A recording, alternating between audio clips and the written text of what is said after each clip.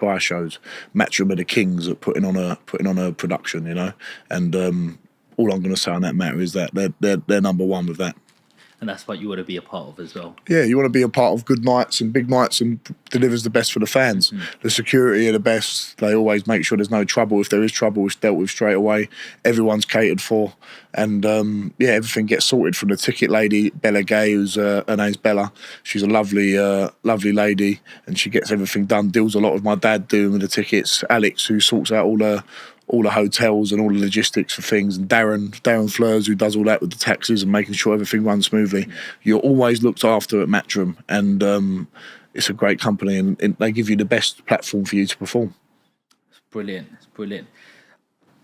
What about in terms of the fight you had with Armstrong? Yeah. That was for a title fight? My first title fight, the Southern Area title fight. The first time the Southern Area has been fought for since 2018, when Daniel Dubois fought, what's his name? He fought another up-and-coming guy at the time. And so it's good to give some activity to that belt again, you know. It was the belt had been made in its own way, a new style of belt, so it was nice to win that first initial style of belt, you know. And it's a respected title within the boxing circles, because there's some hard fights that have been happening for the Southern Area. So talk to me about Harry Armstrong. He had a 5-1 record. And it was for the Southern Area Championship. Yeah, the Southern Area Championship in the boxing world and boxing circles, a very, very well-respected belt to win. There's been some great fights down the line. I remember the last person to fight for the Southern Area heavyweight title was Daniel Dubois, who's obviously going on to do massive things. He won that emphatically, and it was a tough fight. It lived up to the bill with Harry Armstrong, very tough man. Obviously knocked him down in the first 10 seconds. Yeah. And from there, he was really tough, and I had to regather myself a little bit, think I've got to box him a bit more, break him up a little bit more. We eventually knocked him out in the 7th round.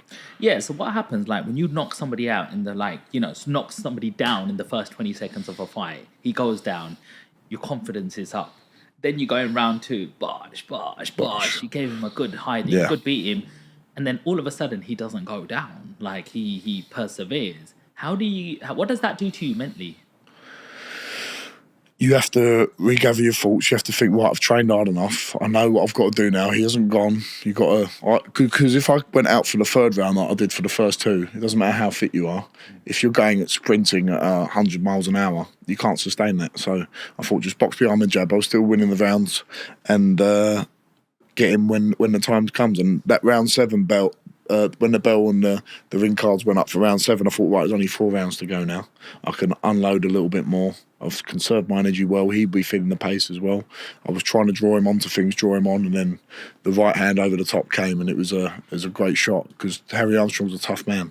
He give a lot of people tough fights. He's had lots and lots of amateur fights. I think he boxed for England at one point, so he was really confident going into that fight, because he thought he had more pedigree than me. But we dealt with him and convincingly beat him. What made you go down that route of Southern Area Champion? It's old school, it's traditional. And where I've not had the pedigree as an amateur, I only had 10 amateur fights. Not that means too much, I don't think, because you can be a fantastic amateur. You still got to start again when you turn professional. It's a different sport. But it's a traditional belt to win. I'd love to do the traditional route, Southern Area, English, British, Commonwealth. And it just made perfect sense at the time to have a title fight of that sort and get a bit of legitimacy in my career. So people who did think I'm just a ticket seller, that's all I am. I've won a professional belt here that other people would like to have. How important is confidence in terms of a press conference? So it is all about selling tickets. Let's be honest, it's an arena. It's a show. Boxing is a show, and you want to entertain people. So how much of that show do you bring? Because Tyson Fury is always selling a show out. He can do it single-handedly sometimes. How much of a showman are you? Do you like getting on the mic? Do you like trash talking? Like, what's your style? I'm not a trash talker. But what I think people like to buy into is someone who's authentic and trying to be themselves. And that doesn't mean be boring and say nothing and just fight and don't engage with people. It's about engaging with people, but not being fake, not being false, letting people know your personality. People are interested, obviously, because I'm exciting to watch, but you want to engage people as much as you can. So it's not just a press conferences, it's like doing things at the brewery and getting people who want to come and meet you, going to see them, and giving fan a T-shirt when they come to a fight. You know, it's all little things like that, making a whole day of it for people. That's what sells as well, and making sure people get good value for their money, because it's a lot in this economic climate for people to spend 60, 100, 250, 500 pounds sometimes for a ticket if they want ringside. So you've got to make sure it's worth it for people the whole day. Absolutely. You've got a nickname, the Romford Bull. Yes. Where did that come from? I was sparring in Vegas, and one of the coaches, I can't remember exactly, he said, "You fight like a bull, man. You fight like a bull. Where are you from?" And I said, "I'm from Romford." He said, "You should be called the Romford Bull." And it just stuck from there.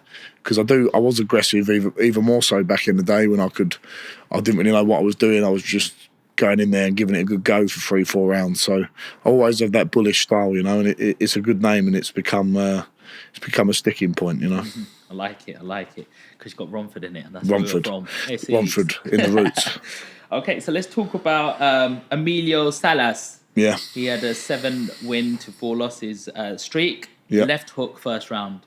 Yeah, that fight, I could sense he was not going to be much cop when I first went in there, because we was really expecting a tricky southpaw. We thought, let's get a southpaw under the belt, because we haven't fought one. He was a Golden Gloves champion back in America in his amateur days, so he's had great pedigree. But I think in the build up to the fight, I could sense a bit of fear within him, and I just don't think he fancied it when we got in the ring. Where's that intuition of sensing that fear come from? Not making eye contact when we're in the face off, So bit twitchiness in the eyes. Is eye contact really important? Shakiness in the body. I think you can sense a lot from that. I remember I walked out, always look at the venue before I fight when I get there. Okay. He was there as well, and he was nervous. I could sense it, and I think even with that cuffing shot on the left hook around the side, it weren't a clean shot, but you could still feel the power, and I don't think he fancied it too much, so that was disappointing. So we went straight from that fight. A week later, announced we were on the fighting Harry Armstrong on the AJ undercard for the southern area. So you quickly move on, you know. But I was expecting a tough test, an awkward test with a southpaw. Mm-hmm. Eddie Hearn came in the change room before and said he's not going to be easy. Yeah. He's going to give you some rounds to think about. Don't rush in. But that's the way it goes, I guess. What are the dangers of facing a southpaw in the heavyweight division? Obviously, your jabs clash a lot, because you're both, my jab's here, his jab's here. The backhand is a lot more, comes into play a lot more, and that's obviously your power shot. So you've got to be careful.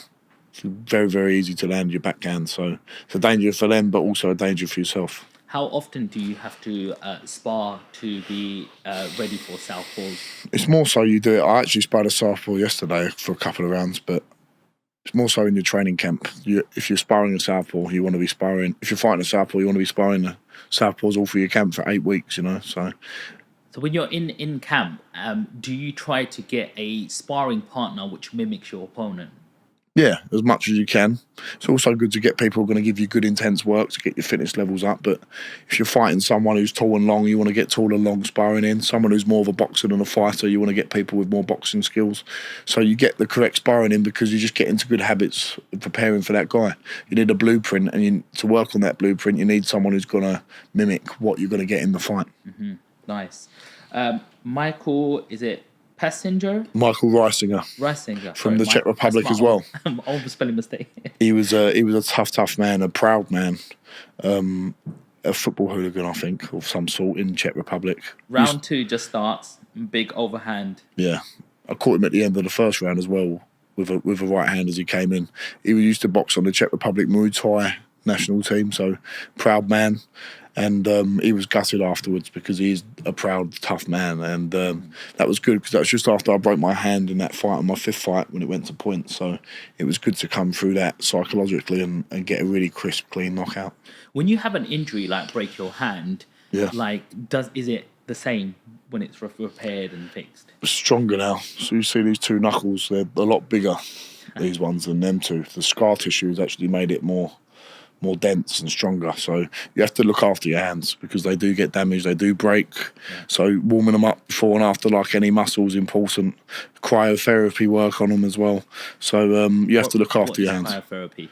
It's a cold treatment, and I can get a spray on it, and that's what I like. Prefer local cryotherapy to the actual chambers. I think an ice bath is better than the chamber. Really? And it just penetrates deep below the skin, gets rid of inflammation. So if you've had a hard spar or been hitting the pads very hard, just a little bit of spray on that for 5 minutes will get that inflammation down quicker and allow it to heal quicker. And then the blood, and when it heats up, the blood starts flushing through a lot quicker as well. So there's all little tricks of the trade that you need to know, and warming up properly and wearing the correct protection, putting sponges on your hand, wrapping them up, using tape.